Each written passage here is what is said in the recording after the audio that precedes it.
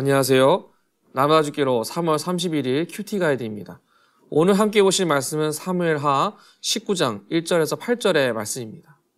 격식과 의전은 제쳐두고 요압은 죽은 아들을 애도하는 다윗을 굉장히 날카롭게 비판합니다.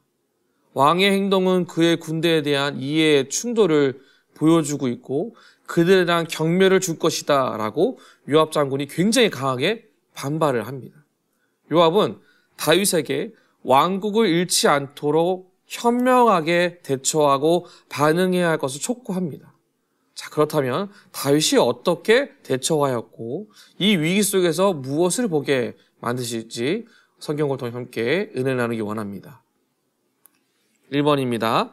다윗의 슬픔이 만든 결과는 무엇입니까? 2절입니다.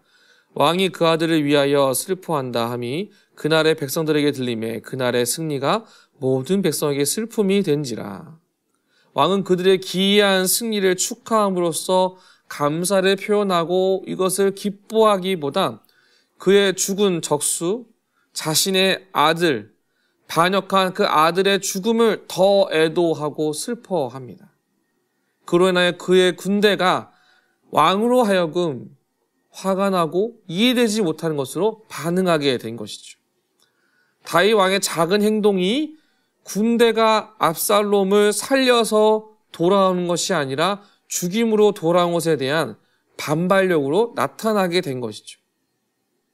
그를 온화하게 다루지 못한 것, 압살롬을 살리지 못한 것에만 집중하고 있는 다윗의 개인적이고 사적인 모습을 성경 우리에게 보여주고 있습니다. 공과 사를 구분하지 못하게 되면 분별력이 떨어지게 된다는 것을 볼 수 있습니다. 온전한 지혜와 판단력을 갖는 것이 하나님의 지혜를 가진 자의 바른 모습임에도 불구하고 다윗은 자기의 개인적인 감정이면 집착하고 있는 것이죠. 그로 인해 모두가 다 일반적이지 못하는 상황에 처하게 되었습니다. 2번입니다. 슬퍼하는 다윗에게 요압은 무엇이라고 말합니까? 7절입니다.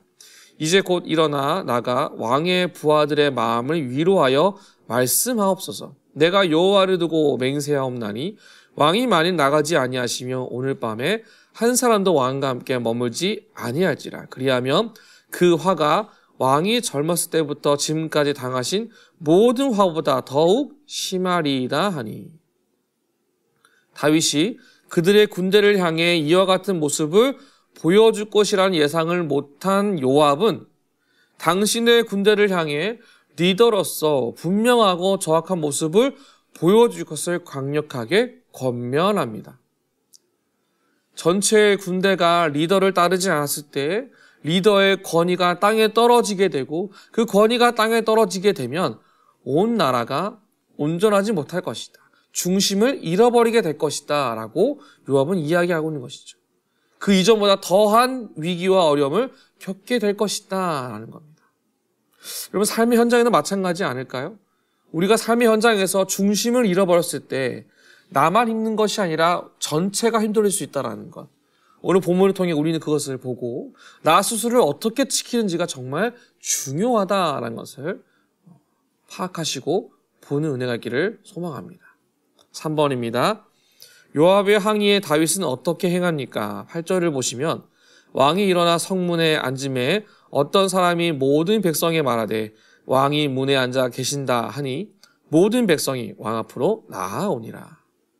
요압은 다윗에게 당신의 군대를 향한 진실한 모습이 아니면 군대가 당신을 버릴 것이니 온전한 리더의 자리를 단단하게 세울 것을 권면합니다. 그때에 다윗은 성문에 앉게 되고 모든 군사가 다윗을 보게 됩니다. 그들 가운데 다윗의 존재는 그들의 열심에 대한 지지를 의미하고 있는 것입니다. 이처럼 공동체가 단단하게 세워지기 위해선 리더로서 앞선 자로서 지금까지의 모든 과정과 상황을 함께 세우고 일으키는 일에 열심을 다해야 합니다. 책임을 지고 독려하고 격려하며 힘써 선한 것을 이루는 것에 열심을 다해야 합니다. 책임을 감당해야 한다는 것이죠. 가정 안에서, 직장 안에서, 교회 안에서 함께 나아가는 사람들에게 좋은 영향력을 줄 수 있는 지혜가 필요하다라는 것이죠. 4번입니다. 다윗의 슬픔에는 어떤 문제가 있는지 백성들의 반응을 보며 묵상해 봅시다. 모든 상황이 다윗의 영향력을 낮춘 압살롬의 문제임에도 다윗은 자신의 자녀에 더 초점을 맞추었습니다. 무엇이 더 중요한 것인지 분별하지 못한 분별력은 공동체를 어려움에 빠지도록 초래하도록 만들었다라는 것이죠. 저와 여러분의 삶의 현장에서도 이와 같은 여러 가지 상황 속에서 똑같은 이야기가 발생할 수 있습니다. 분명한 것은 어떤 모습과 자세를 가져야 할지를 깨달으셔야 합니다. 개인의 감정보단 주어진 환경과 전체를 놓고 판단할 수 있는 지혜를 갖는 것. 그것이 우리 모두를 살리는 지름길이라는 것이죠. 감정이 아닌 분명한 상황 속에서 어떻게 있어야 할지를 말씀을 통해 듣고 깨달음으로 걸어가는 것, 그것이 하나님의 인도하심 줄 믿습니다. 이 아침에 주께서 우리에게 말씀하시고 보여주신 이 본문의 말씀을 통하여 감정이 아닌 전체를 볼 수 있는 귀한 시각을 갖고 오늘 하루를 승리하시는 저와 여러분 모두가 되시기를 주님의 이름으로 축복합니다.